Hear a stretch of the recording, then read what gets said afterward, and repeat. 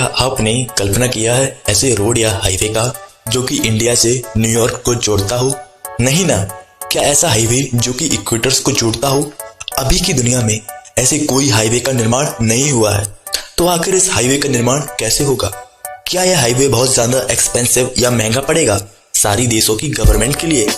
क्या इस हाईवे के बनने के दौरान ग्लोबल वार्मिंग का खतरा आ सकता है? पूरी दुनिया की सड़कों की बात करें तो लगभग इस दुनिया में 64 मिलियन किलोमीटर की सभी प्रकार की सड़कें मौजूद हैं, लेकिन ऐसा फ्रीवे अभी तक नहीं बनाया गया है जो कि न्यूयॉर्क से सीधा साउथ अफ्रीका को टच करे। हम जिस काल्पनिक फ्रीवे या हाईवे की बात करने जा रहे हैं या उसका निर्माण करने जा रहे हैं वह आपको Colombia to Indonesia, Indonesia to India आसानी से ले जाएगा। हम 40,000 किलोमीटर का एक ऐसा हाईवे का निर्माण करेंगे जो कि इक्वेटर्स को जोड़ेगा। इसे निर्माण के लिए हमें 8 मिलियन मजदूर या लेबर की जरूरत पड़ेगी और लगभग 9,200 अरब रुपीस की आवश्यकता पड़ेगी। यह सवाल मैं आपसे पूछता हूँ, इस हाईवे पर यात्रा करना कैसा होगा? तो इस काल्पनिक यात्रा को शुरू करते हैं। यह हाईवे 13 कंट्रीज और 3 ओशियन से होकर गुजरेगा। इस रोमांचित यात्रा को हम शुरू करते हैं साउथ अफ्रीका से और इंडिया से ब्राजील की ईस्ट डायरेक्शन में यात्रा करेंगे। अब हम अपनी यात्रा को साउथ अमेरिका से शुरू करते हैं, जहां का टेम्परेचर लगभग इंडिया से दोगुना हो जाता है। उसके लिए आपकी ड्राइविंग कार को फुली एयर कंडीशन होना जरूरी है, क्योंकि यहाँ का टेम्परेचर लगभग 80 डिग्री सेल्सियस के ऊपर होता है। अब आप माउंटेन्स और अमेजन रिवर से गुजर रहे हैं, जहाँ पर पल पल पर आपके सिर पर खतरा मंडरा रहा है, जंगली जानवरों का और कई खतरनाक सांपों का, जैसे कि एनाकोंडा। अगर आप जंगल में से सुरक्षित वापस आ गए तो आपका रोमांच दोगुना होने वाला है।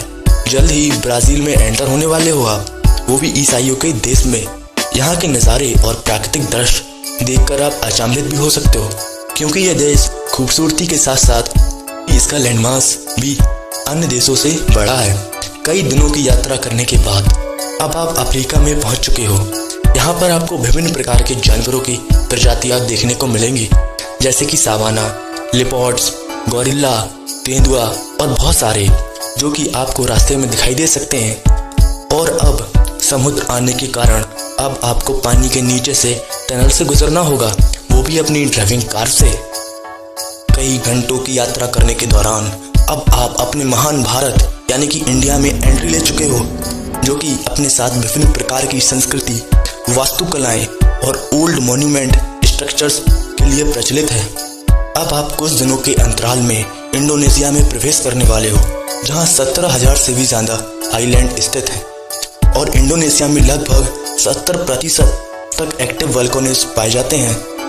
अब आप साउथ अमेरिका में पहुंच चुके हो, जहां से आपने अपनी यात्रा को शुरू किया था, मतलब आपने दुनिया का चक्कर लगा लिया है।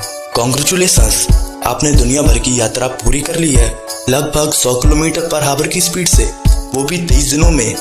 40,000 किलोमीटर की यात्रा, वो भी धरती के एक छोर से दूसरे छोर तक। लेकिन आपकी ड्राइविंग कार डबल अमाउंट में कार्बन डाइऑक्साइड का रिलीज करना शुरू कर देगी।